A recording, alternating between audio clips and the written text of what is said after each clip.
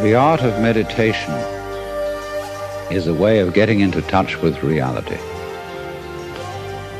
And the reason for it is that most civilized people are out of touch with reality because they confuse the world as it is with the world as they think about it and talk about it and describe it. For on the one hand, there is the real world, and on the other, a whole system of symbols about that world which we have in our minds. These are very, very useful symbols. All civilization depends on them. But like all good things, they have their disadvantages. And the principal disadvantage of symbols is that we confuse them with reality, just as we confuse money with actual wealth. And our names about ourselves, our ideas of ourselves, our images of ourselves with ourselves. Now, of course, reality, from a philosopher's point of view, is a dangerous word. A philosopher will ask me, what do I mean by reality? Am I talking about the physical world of nature? Or am I talking about a spiritual world? Or what? And to that I have a very simple answer. When we talk about the material world, that is actually a philosophical concept. So in the same way, if I say that reality is spiritual, that's also a philosophical concept. And reality itself is not a concept. Reality is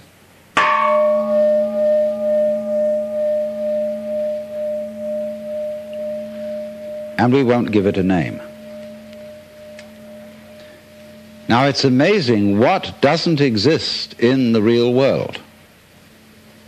For example, in the real world, there aren't any things, nor are there any events. That doesn't mean to say that the real world is a perfectly featureless blank. It means that it is a marvelous system of wiggles in which we descry things and events in the same way as we would project images on a Rorschach blot or pick out particular groups of stars in the sky and call them constellations, as if they were separate groups of stars. Well, they're groups of stars in the mind's eye, in our system of concepts. They are not out there as constellations already grouped in the sky. So in the same way, the difference between myself and all the rest of the universe is nothing more than an idea. It is not a real difference. And meditation is the way in which we come to feel our basic inseparability from the whole universe. And what that requires is that we shut up. That is to say, that we become interiorly silent and cease from the interminable chatter that goes on inside our skulls. Because, you see, most of us think compulsively all the time. That is to say, we talk to ourselves. And I remember when I was a boy, we had a common saying, talking to yourself is the first sign of madness. Now, obviously, if I talk all the time, I don't hear what anyone else has to say. And so in exactly the same way, if I think all the time, that is to say, if I talk to myself all the time, I don't have anything to think about except thoughts. And therefore I'm living entirely in the world of symbols, and I'm never in relationship with reality. All right, now that's the first basic reason for meditation. But there is another sense, and this is going to be a little bit more difficult to understand, why we could say that meditation doesn't have a reason. or doesn't have a purpose. And in this respect, it's unlike almost all other things that we do, except perhaps making music and dancing. Because when we make music, we don't do it in order to reach a certain point, such as the end of the composition. If that were the purpose of music, to get to the end of the piece, then obviously the fastest players would be the best. And so likewise, when we are dancing, we are not aiming to arrive at a particular place on the floor, as we would be if we were taking a journey. When we dance, the journey itself is the point. When we play music, the playing itself is the point. And exactly the same thing is true in meditation. Meditation is the discovery that the point of life is always arrived at in the immediate moment. And therefore, if you meditate for an ulterior motive, that is to say, to improve your mind, to improve your character, to be more efficient in life, you've got your eye on the future and you are not meditating. Because the future is a concept. It doesn't exist.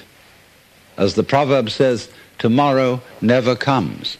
There is no such thing as tomorrow. There never will be, because time is always now.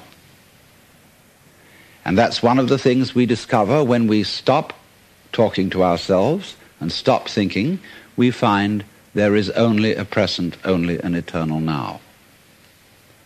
So it's funny then, isn't it, that one meditates for no reason at all, except we could say for the enjoyment of it. And here I would interpose the essential principle that meditation is supposed to be fun. It's not something you do as a grim duty. The trouble with religion as we know it is that it is so mixed up with grim duties. We do it because it's good for you. It's a kind of self-punishment. Well, meditation, when correctly done, has nothing to do with all that. It's a kind of digging the present. It's a kind of grooving with the eternal now. And brings us into a state of peace where we can understand that the point of life, the place where it's at, is simply here and now. Well, now, in the art of meditation, there are various props, supports. One thing that we are going to use as a means of stilling chatter in the mind is pure sound. And for that reason, it's useful to have a gong. This is a Japanese Buddhist gong made of bronze and shaped like a bowl. If you don't have one of these, you can get the rounded end of an oxygen tank. Have a machinist saw it off roughly into the shape of a bowl and use that. Or you can use your own voice, chanting. Another prop in meditation is the use of incense. And that is because the sense of smell is our repressed sense. And because it's our repressed sense, it has a very powerful influence on us. And therefore we associate certain smells with certain states of mind. And so the smell of incense is associated with peace and contemplation, and so it's advantageous to burn incense in meditation. The other prop is a string of beads. And these beads are used in meditation for an unconscious method of timing yourself. Instead of looking at a watch, you move a bead each time you breathe in and out, so that at a certain rate, you see, there are always 108 beads on a rosary. And when you get to slow breathing, halfway around the rosary is about 40 minutes. And that is the usual length of time for which one sits in meditation, because otherwise you get uncomfortable and you get stiff legs and problems of that kind.